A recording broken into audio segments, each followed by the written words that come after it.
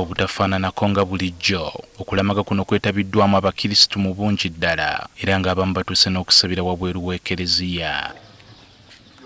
Ennyimba ezitendereza omutonzi obwedde ziyimbibwa obuteddiza nga bwe bamwebaza olw'okuddamu okufuna ku kabembereza akabasobozesezza nate okuddamu okulamaga mu kifo kino.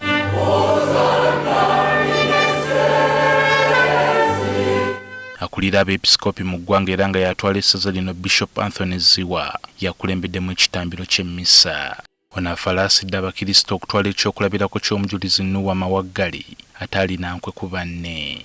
Obubbi bufuuse obubbi, ettemu liringa ettemu, empalana ziringa empalana, obutasoma ku Sande nakwo ne kweyongera. Noa yagamba kiki? Asabye Abakirisitu bonna okukyusa emitima gyabwe batambule mu Kirisitu. Tuzze mujja obulamu bwaffe. Obulamu bwaffe bufaanana obwa Noa. Ono atambuzza ebigere bangi nnyo ne mujja wano.